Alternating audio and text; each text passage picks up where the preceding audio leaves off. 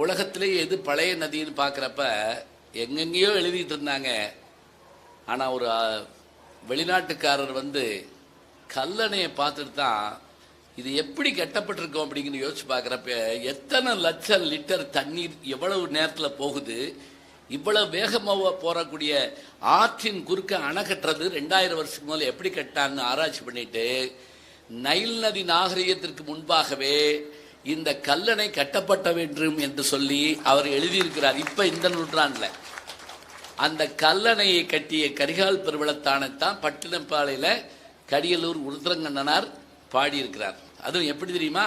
பாடினோடனே அவர் என்ன கௌரவம் பண்ணாரு, எப்படி கௌரவம் பண்ணார்னா, பொன்னால் ஆகிய தேங்காய், அப்படி தங்க தேங்காயை ஒவ்வொரு முறையும் உருட்டி விடுவாராம்.